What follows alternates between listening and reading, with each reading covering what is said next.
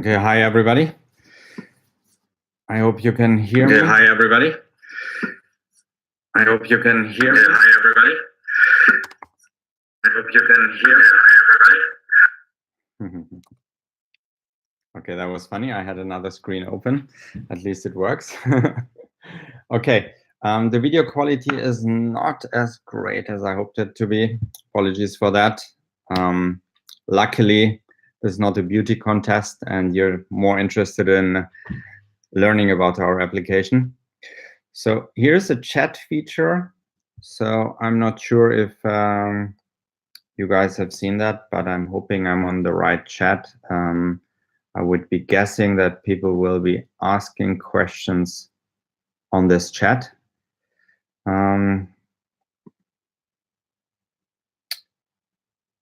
Yes, great, fantastic. Okay, thank you, Raghu, for typing something. So I know that the chat is working. Great. This is my first ever live AMA. I've done some AMAs before, but they were just in a chat. So good.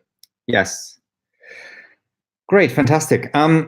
Before we did launch this AMA, we put up on our Reddit a notification, and there was a question how our tokens are going to be used, and there was also a question whether we're going to do a giveaway for anybody who holds lumens.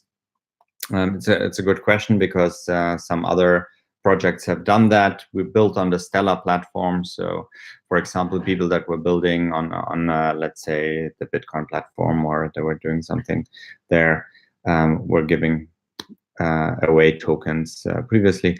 And we're not doing that. So one thing which is really important to know is that our token is not a cryptocurrency. Yeah. So there are many projects out there that create a new blockchain, and then they have their cryptographic tokens, which they're giving away to spread more usage. And we've seen that with Ripple. Stellar did that also at the beginning when they wanted to get more usage across their network. So they gave away Stellar to Bitcoin holders. That's not something we will do simply because our token is not a cryptocurrency. Our platform is not about our token. Our token is an instrument of payment that is being used to access the functions on our platform. So our platform is much more about empowering everybody around the world to participate in climate action. The Poseidon Foundation is a non-profit, and we're actually also a charity. Our mission is to spread knowledge around climate change and to empower everybody around the world to participate in climate action by supporting forest conservation projects. And our first product is the Reduce platform, and that is a blockchain and artificial intelligence platform that is built on the Stellar blockchain. And we're using a token on that blockchain called Ocean as an instrument of payment. And it's this token that we're selling during our fundraiser. So the next fundraiser is in February. And the token will then give access to the Poseidon platform at a later stage. As I said, the first product that we've launched is the Reduce platform, which integrates carbon credits with the retail sector, but also with governments and corporations, and in short, empowers everybody to participate in climate action by supporting forest conservation projects. So that's to answer that question that was typed up. And now I'm here to answer any other question you might have. So I see there are 12 people on there, which is great. Fire away. Ask me anything you want to ask, and I will do my best to answer your questions.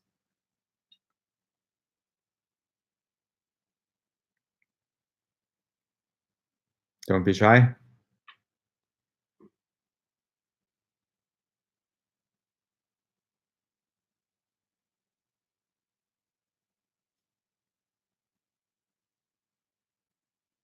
And if you're talking, I won't hear you. So this is, I think, a one-way communication. Yes. How are you going to solve climate change problem? Great. Good question, Ivan.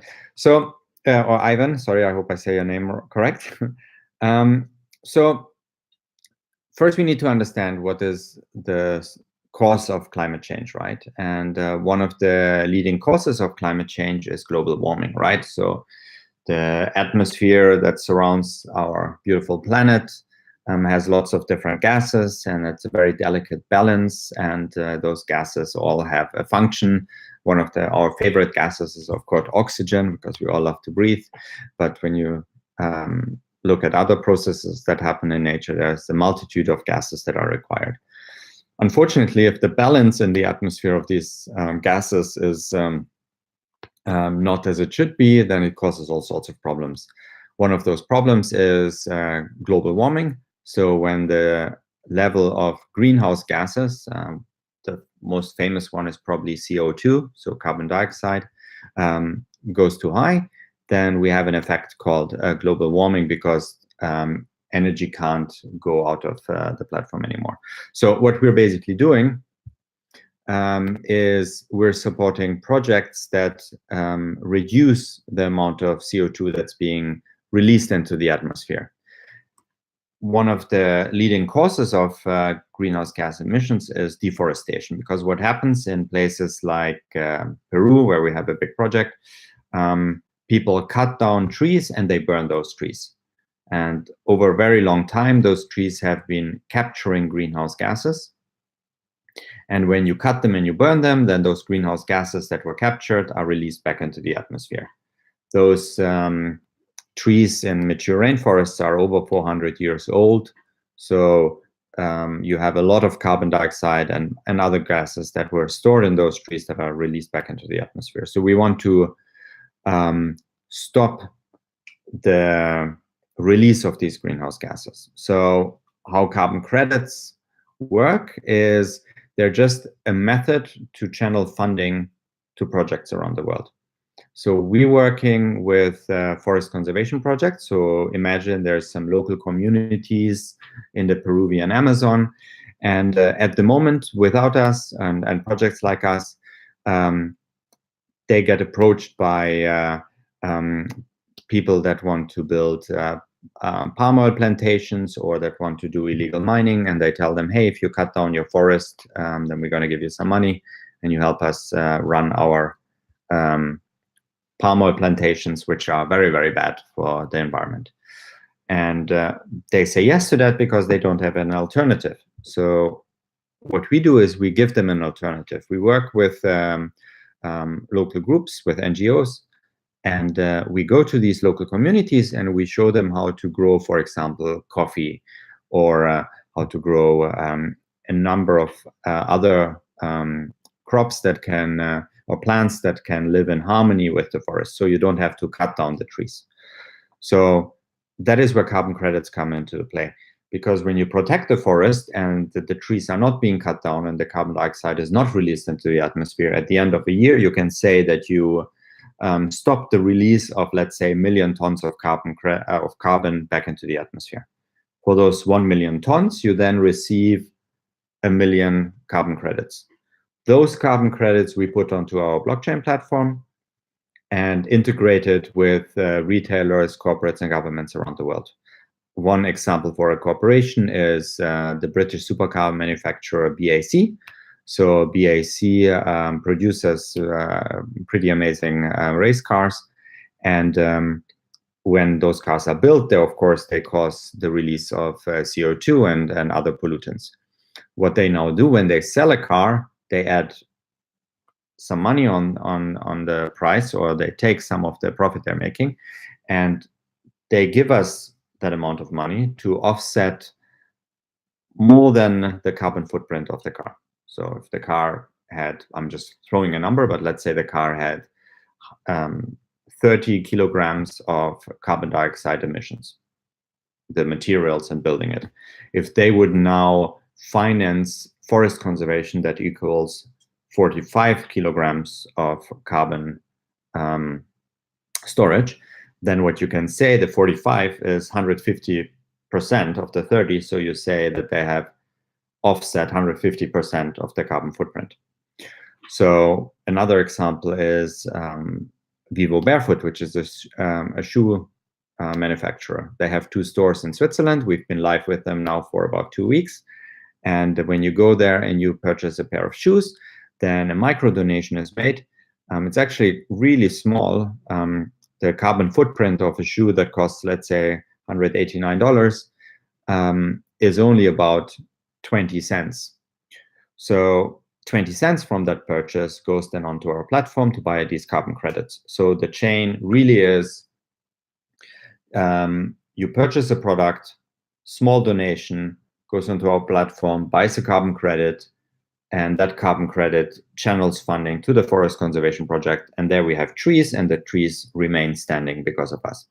So you have, on the one side, you have polluters or corporations that produce products and services that we want to use, like this shirt, for example, or this piece of wood behind me, or whatever, or this computer.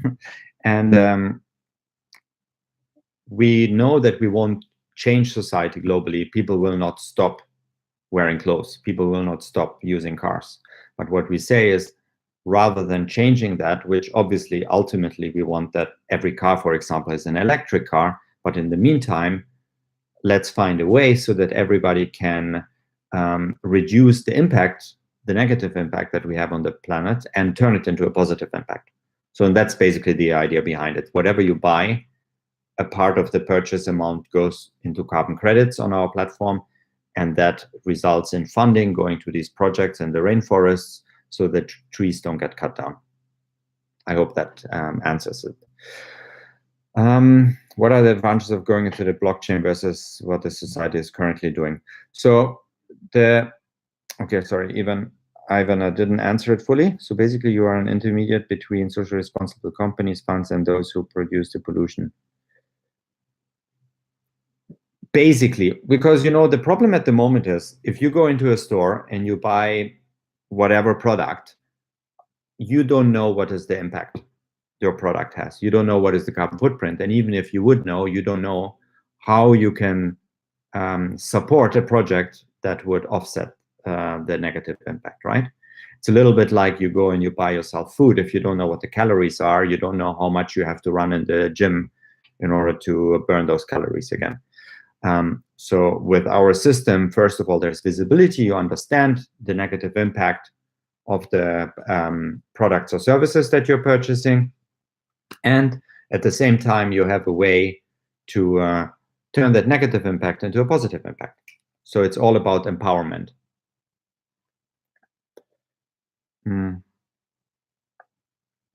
Sure. Look, Ivan, if you're interested in doing an interview, you can contact us at, actually, let me put that here. Just write us to info@poseidon.eco.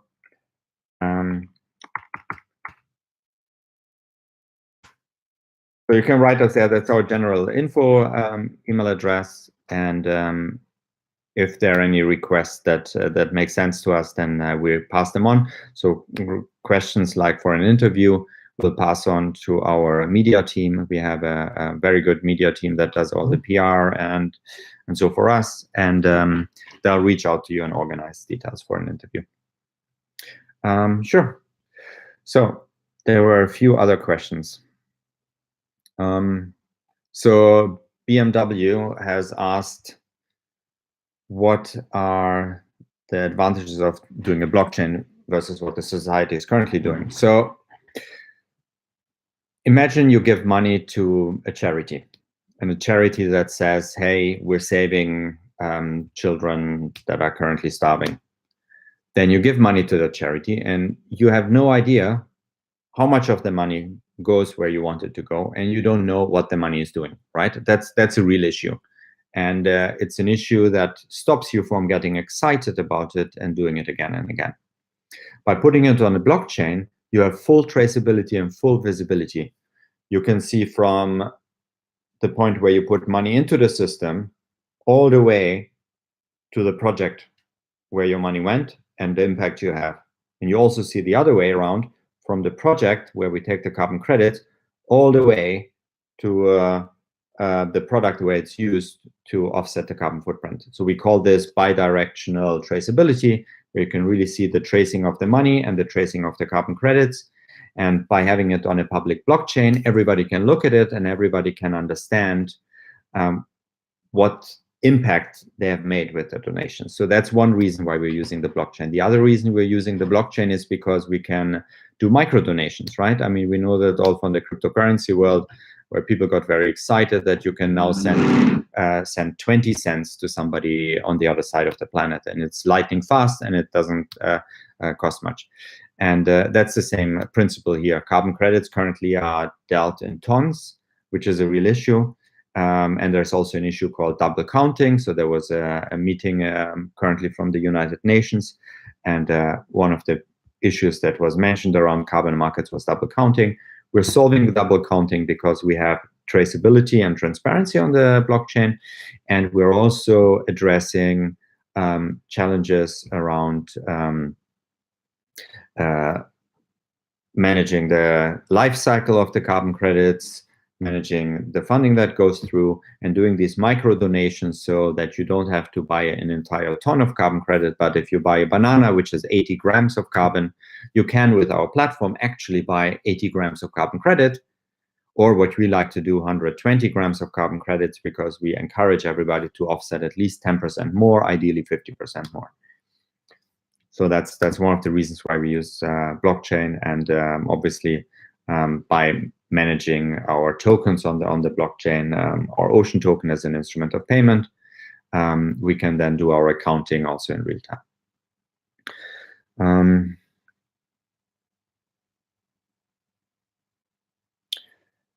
Right, Lucas asked about the recent partnership with Athens Alive. That's a project we're really excited about. It's the first time that a real estate developer on the scale is using an offset project to reduce the environmental impact of that project. Obviously, one of the big contributors to greenhouse gases is actually concrete. So the production of concrete is actually quite messy and quite bad for the environment. So a project like Athens Alive, which is a 1.7 billion euro project, has quite an impact on the environment. And obviously then once the project is ready and is being used, the ongoing operations have an impact as well. So what happens at Athens Alive, that is a Olympic site in Greece, and what they're doing is that they're rebuilding the Olympic site into a mixed-use development. So that mixed-use development will have a hospital and a sport hospital and event venues for sport events. There's going to be retail, there's going to be hotels, there are going to be residential units, and the construction of the entire project will be reduced, or the environmental impact will be reduced with our platform. And the ongoing operations of the entire platform will also be offset with our platform. So they're turning the entire Athens Alive project into climate action, which is really exciting. And we're hoping that this is going to be a trendsetter. And we're hoping that more cities and construction projects will join us and allow us to turn the activities that we humans have and the projects that we run into climate action, so that we can have an immediate impact. So going back to the electric cars, what I said earlier, of course, we want every car to become an electric car, but realistically, that's going to take a few decades. And in the meantime, we can protect rainforests in other areas that are threatened, so that the negative impact of our lifestyle choices is balanced or reduced by protecting rainforests. It's the same with these residential projects or large construction projects, where of course, at some point, we're hoping that these projects are going to be built with materials that are good for the environment, or at least don't have such a heavy negative impact on the environment, and the energy that is used to do this construction all comes from renewable energy, so there's no negative impact. But that's going to take a while. And during this transition period, projects like Athens Alive, we believe, should work with us in order to reduce the impact they're having. Okay.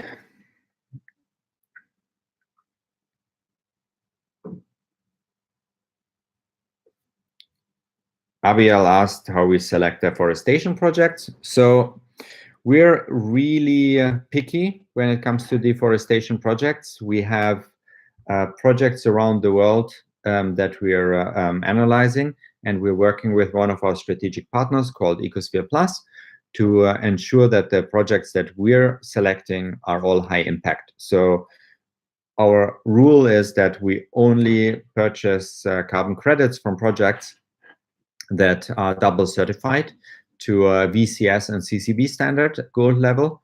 So it's the highest standards. VCS basically stands for the Verified Carbon Standard.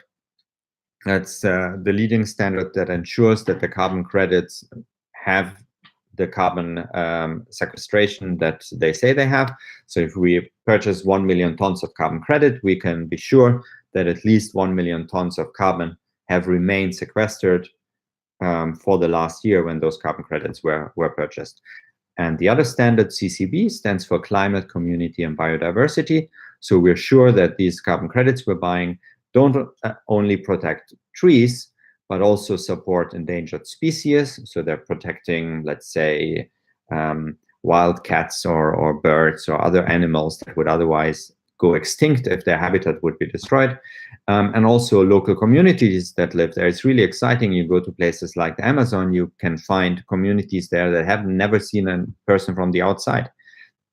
It's really incredibly valuable to keep these communities alive. The diversity we have would otherwise get lost, and obviously those people would be misplaced and would run into similar problems long term as we had in other countries where habitats were destroyed. So we're making sure that the projects we're supporting don't only protect carbon sequestration, so the storage of greenhouse gases in the trees, but also biodiversity and local communities.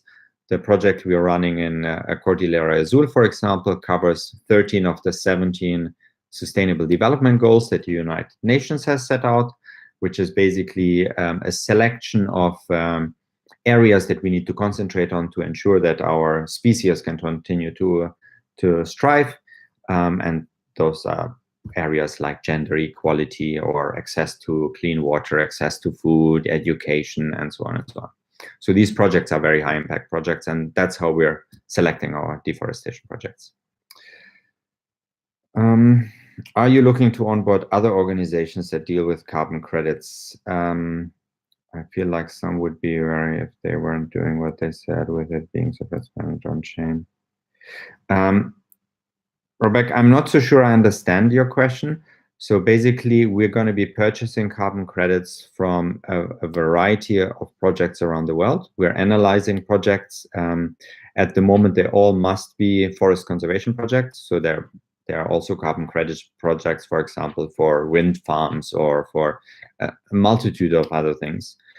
We believe that the most urgent one is the protection of mature rainforests. So all the carbon credits that we purchase come from forest conservation projects. And as I said just now, they have to satisfy very strict quality gateways that we have put in place to ensure that we're purchasing carbon credits that really have an impact. Raghu, yes, there are a couple of companies that are trying to address this problem. We don't have any competition in the space when it comes to retail integration. And with the approach of these micro donations, the way we're doing it, nobody has successfully done that. There have been a few other also blockchain projects that have tried similar approaches. And there are several concepts out there, but we're the only company that's actually live and that actually already had an impact. So we've protected so far over 20 million trees in the Peruvian Amazon in this project I mentioned, Cordillera Azul. And we've conserved an area that's about 24% larger than New York City, which is incredible, and we're very proud of that. We're very excited that we already had this impact with very little funding. So far, we're almost entirely self-funded.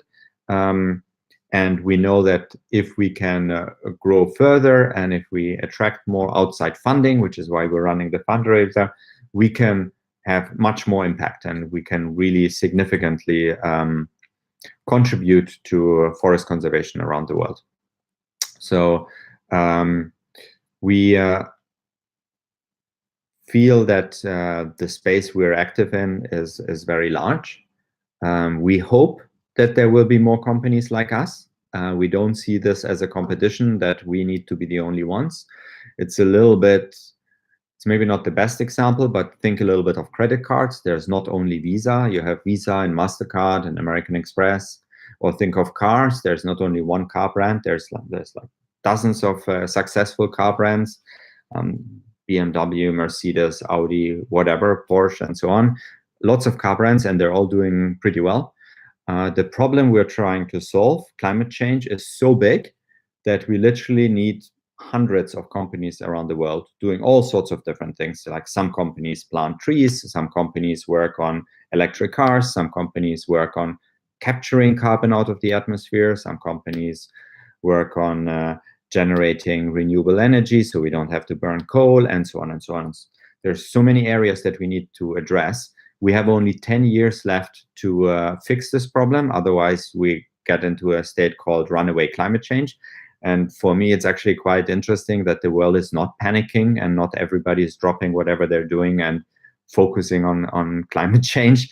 I mean, governments around the world are busy doing a lot of things, but doesn't seem like climate change is the biggest priority for them. But it should be, because we have about 10 years.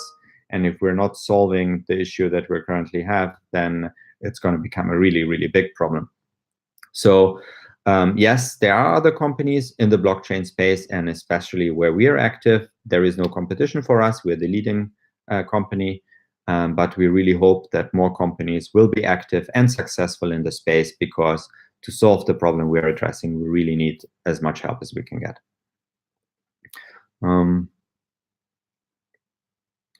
And Lucas, you're asking, what advantage do people from other countries that don't have your solution implemented have for participating in the token sale?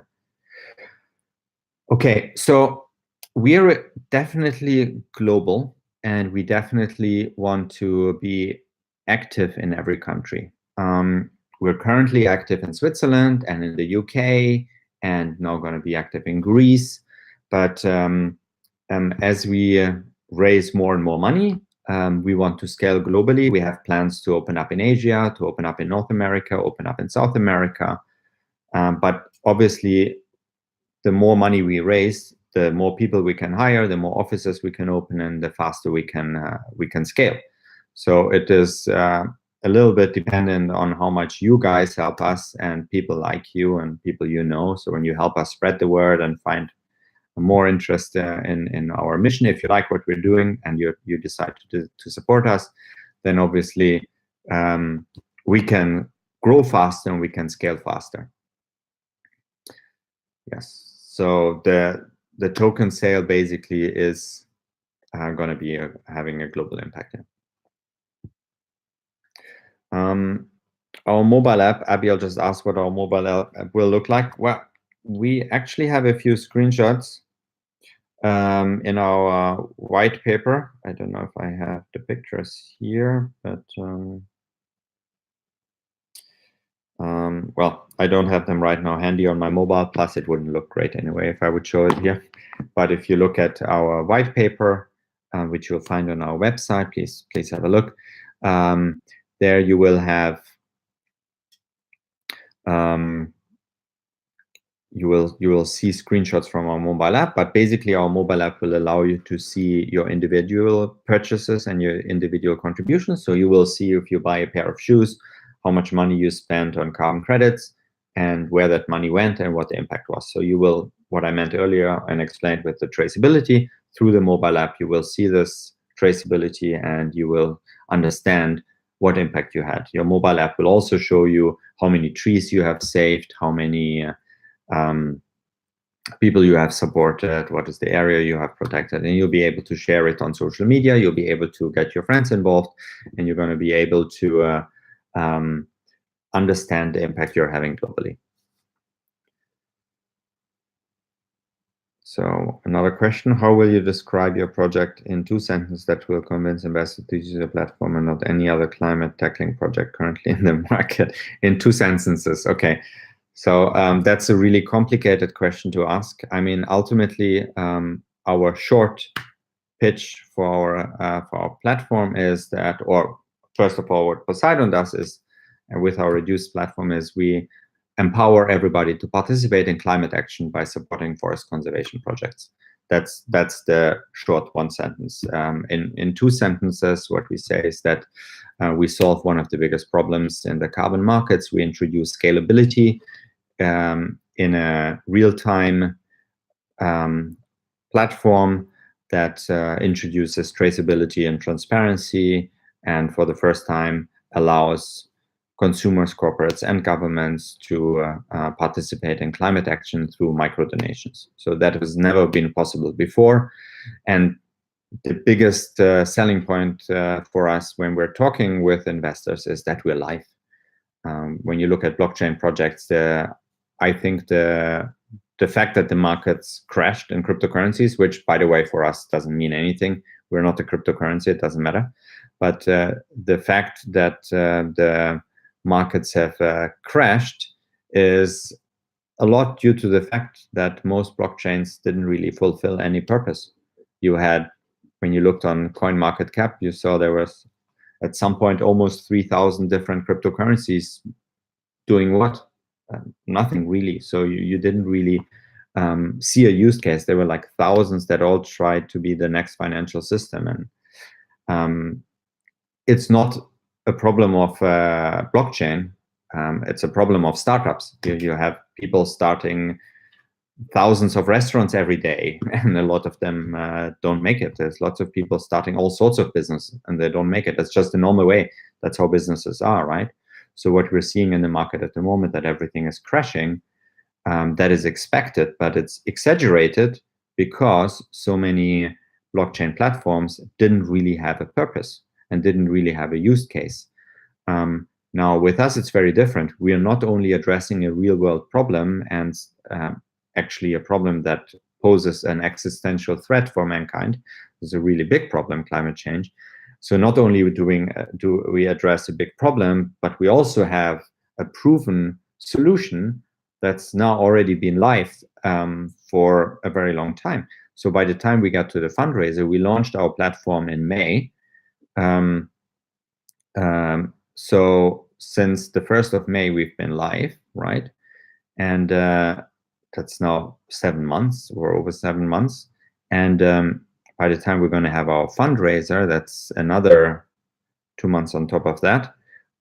So we'll be live for 9 months. That is a very, very big differentiator for other blockchain projects. So when investors look at purchasing our tokens, or buyers of our tokens, or if philanthropic organizations want to make donations to us, it's a very big difference that they can see that we actually have clients, we've been live, we really have achieved what we're saying, rather than other blockchain companies that only have PowerPoint presentations and videos and dreams of what they might achieve one day if things work out. We have a software that is working, we have integration that is working, we have had a lot of press that talked about the success we had, we have real projects that we supported, and so on and so on, and we have a pipeline of projects. So from that point of view, I think we're in a very strong position. Okay. All right, I think I answered all the questions that are out there. Give me more. What else would you like to know?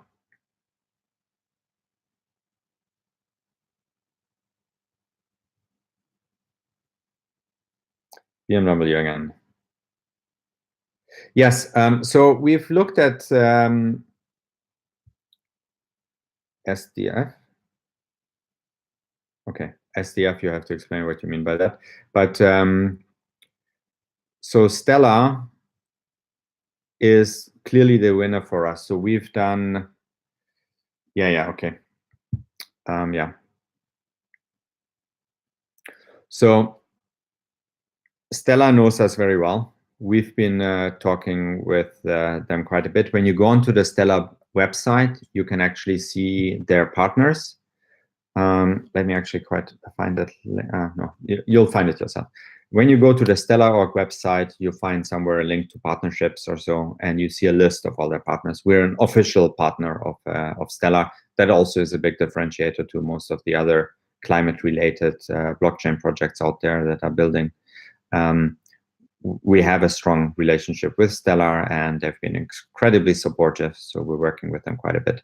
But we didn't choose to build on Stellar because we have such a great relationship with Stellar. That came later. What we actually did, we didn't even start as a project that wanted to use blockchain. We started as a group of people who were very concerned about climate change. We said we need to find a way to address climate change, and the solution we found was to conserve forests. So forest conservation was the way we found we could address climate change. But in order to address climate change, we needed to support these forest conservation projects by channeling funding there, and that happens with these carbon credits. So we looked at the problems there, and then we found out that the right technology at the moment is blockchain.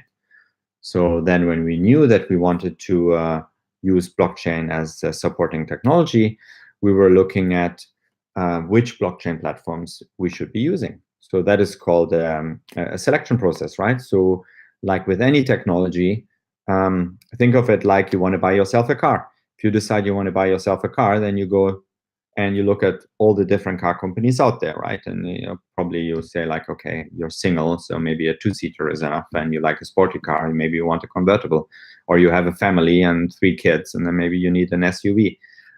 It's a similar process for us. So we were looking at all the different blockchain platforms, and we rated them. We looked at all the different, the pros and the cons and so on. And Stellar won by a big margin. In our white paper, you'll find some comparisons. 2 of the biggest points for us were environmental friendliness and transaction speed / cost. So on the environmental friendliness side, a transaction on the Stellar network is a fraction of a transaction on the Visa network. So it's even less environmentally impactful as a Visa transaction. Whereas a transaction on Bitcoin or on Ethereum or any of the other platforms is much, much worse on the environment. So there's some environmental companies, some climate-focused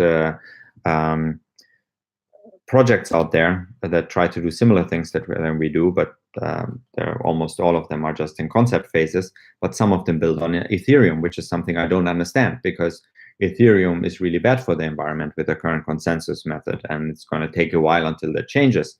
And then the question for me is, why would you want to build a platform to save the planet if that platform has a negative impact on the planet? So by choosing Stellar, we ensure that the platform we're building doesn't have a negative impact.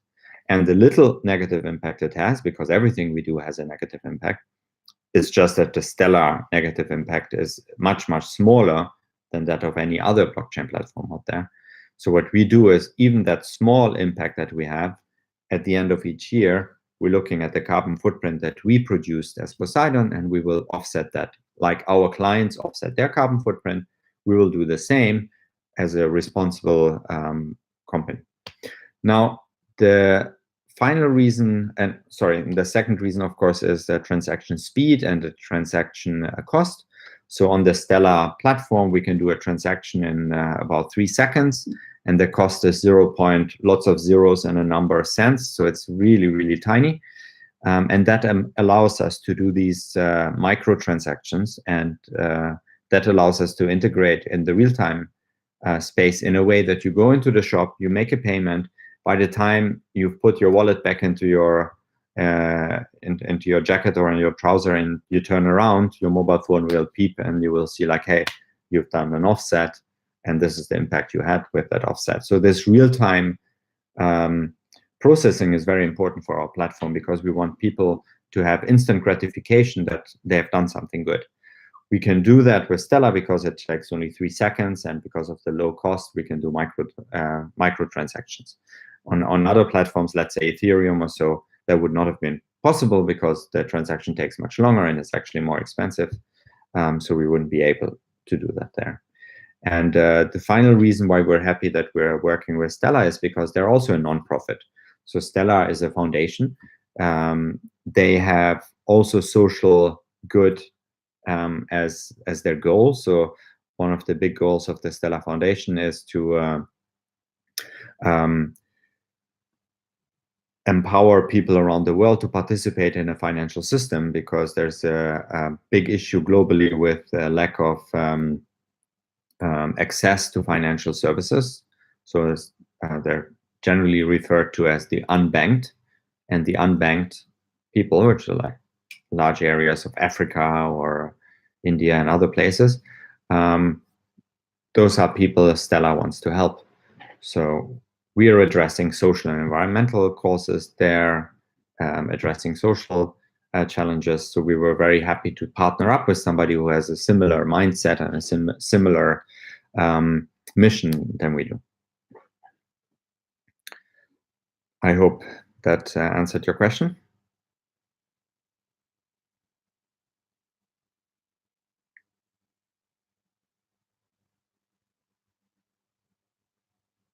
You're welcome.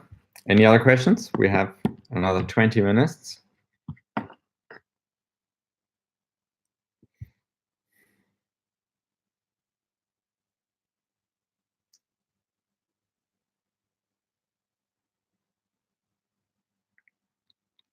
No? Okay. Until I see a question, I'll just tell you a little bit more about what we are so excited about.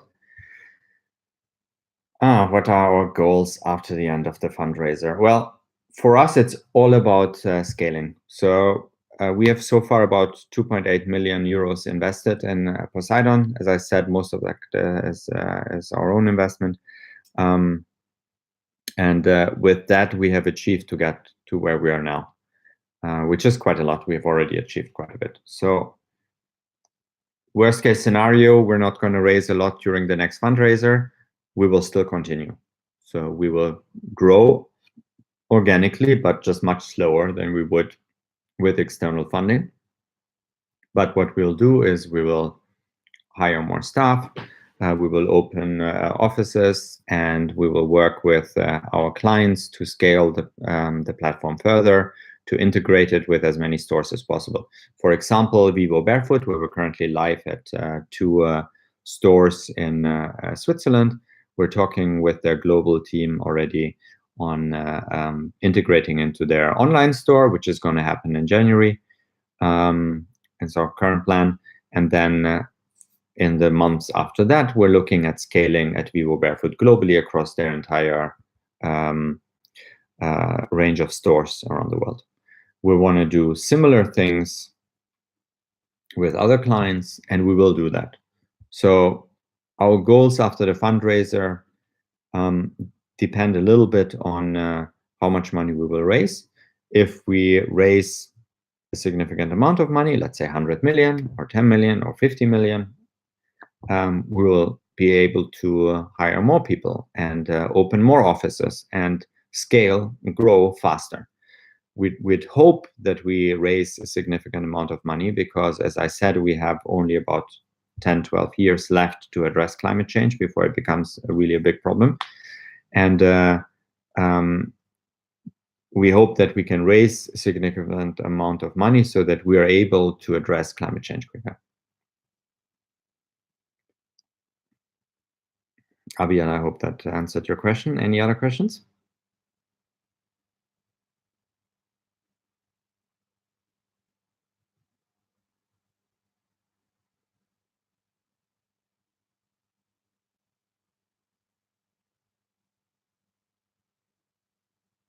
Okay, so one of the things that really excites us is okay, there we go. Oh, we've got Luminaut on here. Hi, guys. Good. I'm a very big fan of Luminaut. What markets do you see being the most receptive to your solution? Do you think the current political and regulatory... Yeah. Luminaut, shout out to everybody else on here. They make the coolest explainer videos in the entire Stella universe, in my opinion. Great job on all the videos that you have done. Do I think whether the current political regulatory climate will affect how Poseidon is perceived. So yes and no. The thing is, you have basically three main actors, or three Luminout, not Luminouts. Then I mixed you up. Anyway, you got praise for not doing anything is also good, but Luminouts is still great. Anyway, so do the markets impact what we're doing? There are three main actors in the world in what we're doing with climate action, right? So you have the three main actor or groups of actors is governments, corporations, and individuals. The difference you have with those is governments move very slowly. That's just by design. Okay, governments have many layers. They have to get a lot of approvals. It takes a long time to get change. And in many cases, that's good because people don't make quick decisions, like going to war, for example. That's not something where a government should just wake up and say, like, let's go to war. They should discuss that with a lot of people, and there should be a lot of serious thinking before they do something like that, or change taxation, or change the medical system. So those are areas where it's good that governments are slow. When it comes to climate change, we have a problem if governments take a long time. And when you look at how governments are around the world, there are some governments that even say we don't believe in climate change, and we're probably going to be fine. Where I think that's a little bit like people who smoke, because they're like, okay, everybody else gets cancer, but I'm going to be fine. And it's just not the case, right? We all know smoking is bad for the environment. It's the same way we know that that climate change has an impact, and we know that we need to do something as quickly as possible. So governments, they act slowly. That's just the way it is. Corporations, they do as much as they have to, and some of them do more, but generally corporations have other responsibilities as well for their shareholders, and so on and so on. So it's difficult for corporations as well to go all the way in and focus all the energy on climate change. But the third group, individuals, people like all of you on this AMA, and me, and every single person, we can act quickly and decisively. We can decide with our purchase power that we don't buy products that are not environmentally friendly. We can decide that we favor companies that are socially and environmentally responsible. And then what happens is that those companies, they will have bigger sales, and the other companies have declining sales, and then they will wake up and say, like, hey, I need to be more environmentally friendly because I'm losing customers. So that's a change that we can achieve with our purchasing power. So does the current political and regulatory climate affect how we are perceived? It stops or it slows down our scaling in the government sector and also in the corporate sector a little bit, but it doesn't impact us on the individual sector. And that is the area we feel that can grow the fastest and where we can have the fastest impact. And it's a completely new area also for forest conservation to get global movement that can really effectively involve everybody on the planet. I hope that answered the question.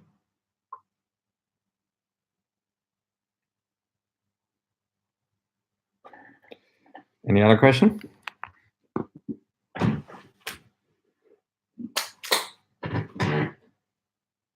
We have about 10 minutes left, so I'm sure I can take another few questions, depending on how complicated they are.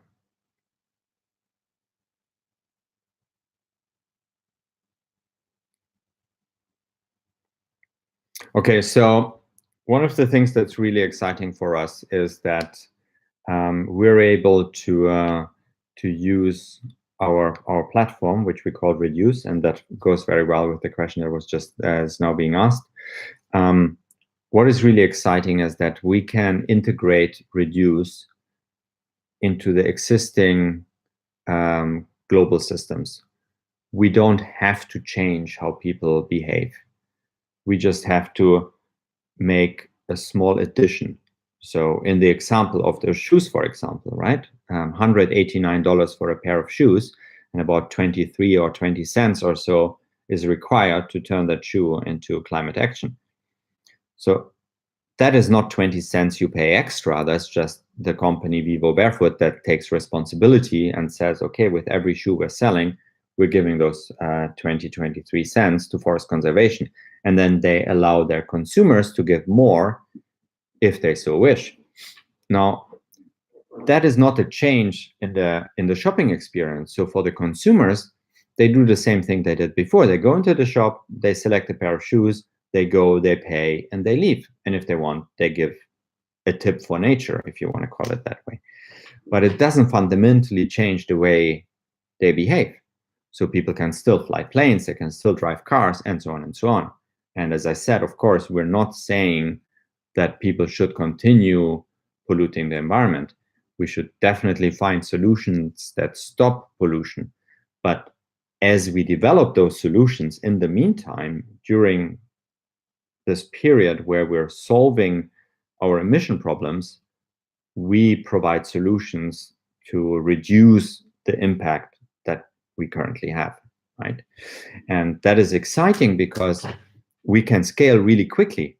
If our mission would be to convince everybody to stop using cars in cities and only walk and use bicycle in cities, that would take us a very long time if we would even be successful. If our process would be to say, hey, we have a new payment method, here's a new whatever way of paying, something like Apple Pay or something like that, and everybody in the world should use that new payment method because then with that payment method you can support forest conservation. That would be a really difficult problem to solve again, because we would have to convince everybody to now change the way they pay. And we'll probably be successful in a small scale, but we won't be able to become part of a large scale change. But our platform can be integrated in existing payments channels, existing credit card systems, existing points of sales, existing retail transactions, corporate transactions, government transactions. So they don't have to change. We just plug in. And that is really attractive because that allows us to build a platform that can scale very quickly. We could theoretically become part of every transaction in the world. We could very quickly, if Amazon would reach out to us and say like, hey, you know what, let's integrate you into the online experience of purchasing at Amazon. And feel like maybe at the beginning, we'll just do shipping and then we do products and so on and so on. We could do that relatively quickly because it's a software integration without impacting the user journey. So customers would not have to change the way they're currently using the system. And that is really exciting because we can scale much faster than we could otherwise. Do we have any other interesting partnerships on the way? There are quite a few, and we have a really good team. We're now we're about 12 people working full time. We're around 40 people working as and when required. So we're quite a busy team, and this team, I'm very excited about all the progress we have made, and it's really just possible because everybody on the team is very passionate about our mission, and it's really great. I mean, we're definitely not doing a 9-to-5 job. We're working very hard, and most people that are involved work day and night. So it is more a passion than a job. It really is something we all believe in. So we have a lot of exciting partnerships already because it resonates. People we talk to see that we're passionate. They see that we believe in this, and they strongly believe that we will be successful because we have this passion and this drive. And that allowed us to speak to a lot of really exciting companies that we haven't announced yet. Unfortunately, there's also a lot of legal paperwork involved, so I won't be able to tell you about these partnerships now. But over the next few months, you will hear more very interesting names. And the project with Athens Alive is the biggest project that we have announced so far, but there are actually bigger projects in the pipeline, global projects with partners that would result in really global integrations. And there are some very exciting stories that will come. Last 5 minutes. Who's going to fire the last few questions? I'm sure we're going to do more AMAs, and now I'm going to learn from all this. I guess I need to get a better camera. I'm using the webcam from my MacBook Pro, which I hoped was better. It is usually really good, but I'm in Asia at the moment. We have meetings here with governments, just some of the partnerships I can't tell you yet about, but that's why I'm here. And it's night. It's actually almost 1 a.m. here. So even with all the light on, looks like this webcam is not doing very well. So we're going to do more AMAs, and I'm going to make sure that we're going to have a proper webcam so that you can see me better. But yeah, I'm enjoying this. Hi, Ruslan. Yeah, very excited to work with Peru. And we're really, really happy about what we are doing in Peru. Cordillera Azul is the Peruvian Amazon. So I'm sure you know that national park, as you are from Peru, is a project that is really important. The way we choose countries is we look at countries where a lot of deforestation happens. So obviously it doesn't make sense to protect a forest that is not under the threat of being cut down. So areas where there is a lot of deforestation is an area that we where we have access, and we're an area where we want to be involved. Peru is also a country where the government is supporting us. So we work together with the government because we need government support. We would love to do projects in Brazil, but the government in Brazil is not as supportive of our work as is the government in Peru. We're hoping that it will soon change. But for example, Southeast Asia is an area that we're also looking at. Indonesia, there's a project in Sumatra that we're working on. And there will be more projects in Africa that will come up. But basically, we're looking at areas where mature rainforests are under the threat of deforestation. Then we check the political climate and we see whether the governments in those countries will support these kind of projects. And then we're working with local communities through our strategic partners to ensure that the projects can be run to the quality and with the impact that we require.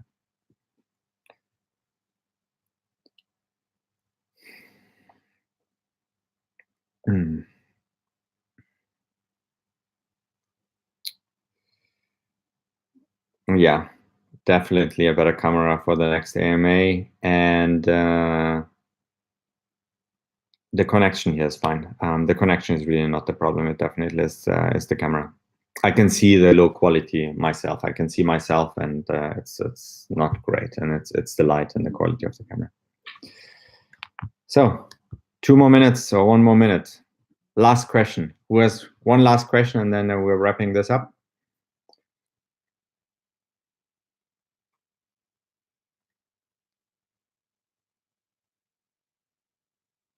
No? Well, okay. Then I thank you all for coming. Thanks for participating in the AMA. As I said, we're going to do more of these in the new year. We're going to do definitely 1 or 2 more before the fundraiser starts in February. As I said, there will be more partnerships. We're also announced the next AMA a little bit earlier. And we're going to make sure that we'll have a better network and everything, and a better camera to make sure that you'll be able to see it well. We're really busy over here, so it's 1 a.m. now, so I'll have to stop the AMA. I have my first meeting at 6 a.m. So fortunately, this is our life at Poseidon. We work day and night, and so does everybody on the project. We're also not really going to have any holidays over Christmas and New Year. So we're working very hard on making this project a success.